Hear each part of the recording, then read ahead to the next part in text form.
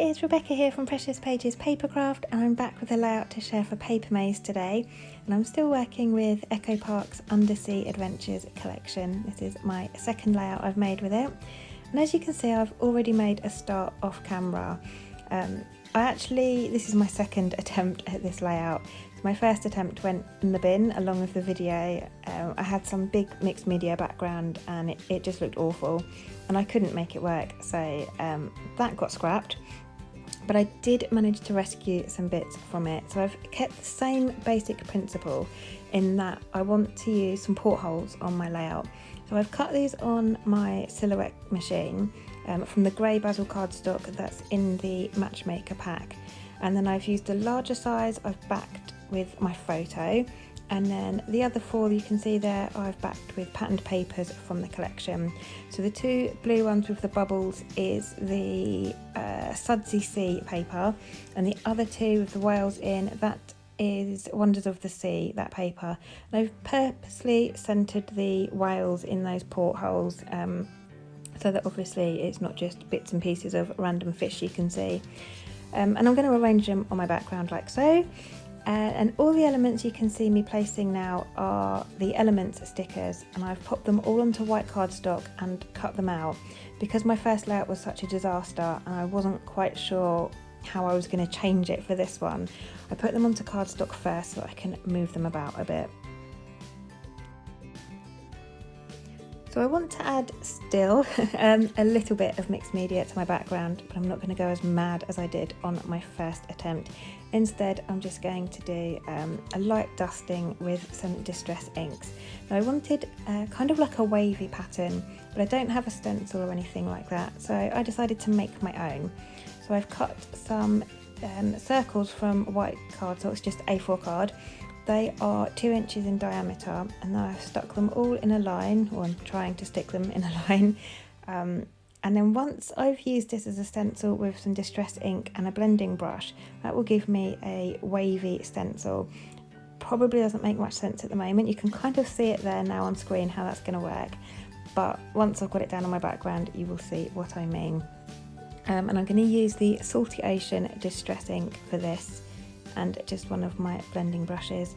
So I've really faintly with a pencil drawn around the area so I know where my mixed media needs to sit, and now I'm just with that brush going over my homemade stencil, and I'm not lining them up perfectly. I'm moving them so that the waves look a bit kind of staggered down the page. Didn't want them too uniform. And I'm just going to repeat this process down the side of my page so that some of that will peek out either side of my kind of main design. That process was really repetitive, so I've skipped through most of that for you. You can kind of see now I've got a wavy pattern on my background.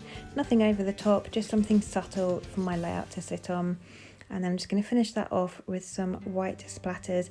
I'm using white gesso for this, and I've just watered it down a little bit, and I'm going to dry that off with my heat gun. I'm not going to roll it. Sometimes I roll my mixed media with a paper towel to dry it off, but I find that with the gesso I lose the kind of splatter shape and it just kind of smudges it over the page, so I'm using my heat gun for this instead.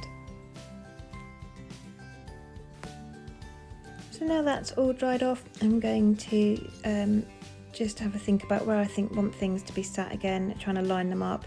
I'd actually gone over my paper marks. They were so faint, once I'd added that mixed media, I couldn't really see them anymore. So I'm trying to line these up again, and for some reason I really faff with this. I just can't get it to a point where I'm happy. So you'll see I'm faffing a lot here. It was bugging me that I had both the blue bits to the right and the two whales on the white paper to the left. But if I swapped them over, then it meant I had the two larger portholes on one side and the two smaller ones on the same side, and it was bugging me no matter what I did. So I faff quite a bit, and then decide to just get it stuck down so that I can't faff anymore. So I'm raising these portholes up with some foam. This is just cheap A4 craft foam. It's adhesive on one side, and then I'm just applying some double-sided tape to the other side and get those stuck down in place. And then my large one is going to sit in the middle there, housing my photo.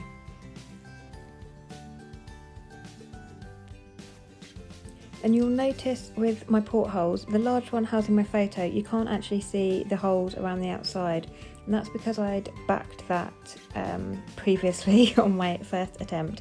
I'm going to cover those up anyway, so it doesn't really matter. I hadn't decided how I wanted to go about doing those, whether I wanted to stick sequins on or nouveau drops or leave them empty. I wasn't sure at the time.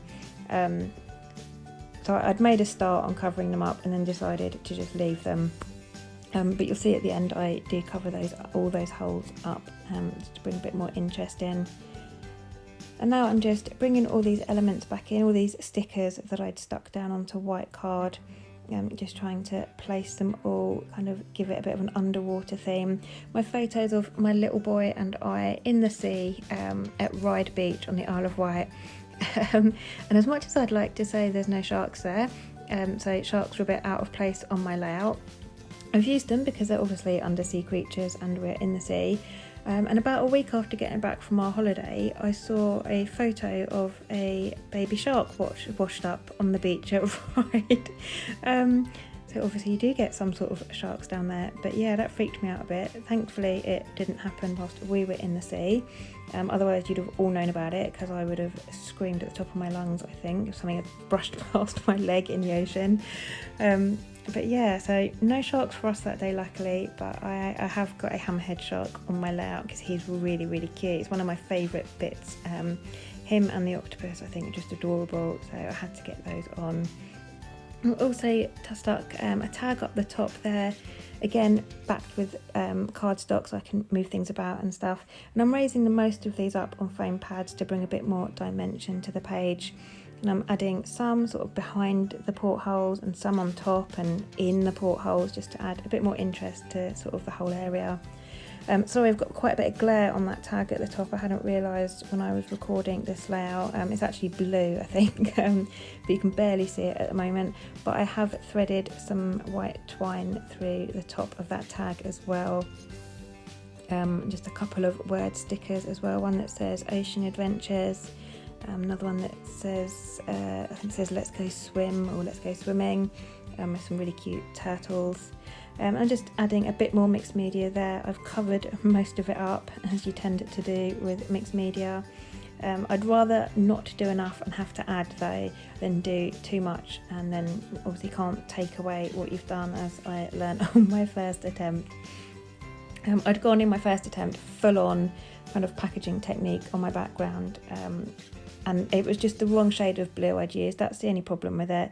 It just looked too much, and I wanted this to be quite a stripped back layout with plenty of white space, but the mixed media it diverted your eye from the photo and the elements from the collection, and all you saw was this like garish mixed media on my background, which is why I didn't like it so much. But I like the subtle, just stencil brushed background a lot more. And then just adding some finishing touches now. I've got a couple of sequin mixes I've pulled out from Spiegelmum scraps. I've added 4 of the really large shells from the Oceanside Breeze mix. They worked really well with obviously my seaside theme going on here. So I've added those in, stuck those down with glossy accents. I was just going through the papers in the collection, seeing if there's anything else I could fussy cut and use to stick on, or use as a title or anything like that. Decided not. And then I've pulled out another mix from Spiegelmum. This is called Silver Lining. I'm picking out the larger grey sequins to use as the kind of bolt holes on my porthole here, and I'm going to use the larger ones for that big porthole and then some of the smaller ones on the other 4, and I'm just going to get those stuck down with glossy accents. I think they're meant to be like the bolts or the screws you get in the portholes, but I didn't want to leave them empty. I wanted to do something with them, so I'm going to cover those up with sequins. So just checking those are all stuck in place. And then I'm going to finish my layout off with some white splatters. So I go to town with my white watered down gesso again. I had loads of splatters, and then I realised I've forgotten my title, which is quite unlike me, because normally I try and make sure my title's down first. But I get to this point and I'm like, yep, I'm done. and then I realised, oh, those alpha stickers are sat there and I've not used them. So I'm just going to add my title now without smudging my white splatters. I'm just using these stickers from Doodlebug. These come in loads and loads of different colours. I think I've got blue and green. I think I need some more as well. These are also from Papermaze. I'll pop a link to those in the description box, and also the Papermaze blog. I'm just adding those in, and my title is just going to be Swim Time. And then that will complete my layout once I've finally got those stuck in place. And that's it, that's my final layout today. So thank you very, very much for joining me. I'll pop links in the description box below to the Papermaze store and also to the blog, if you want to read and see the like direct links to all the products I've used. And you'll also see all the blogs from all the other fabulous design team members as well. So do have a read of the Papermaze blog. Like I said, description box will have all the details you need. But thank you very much for joining me, and I shall leave you with some close-ups now.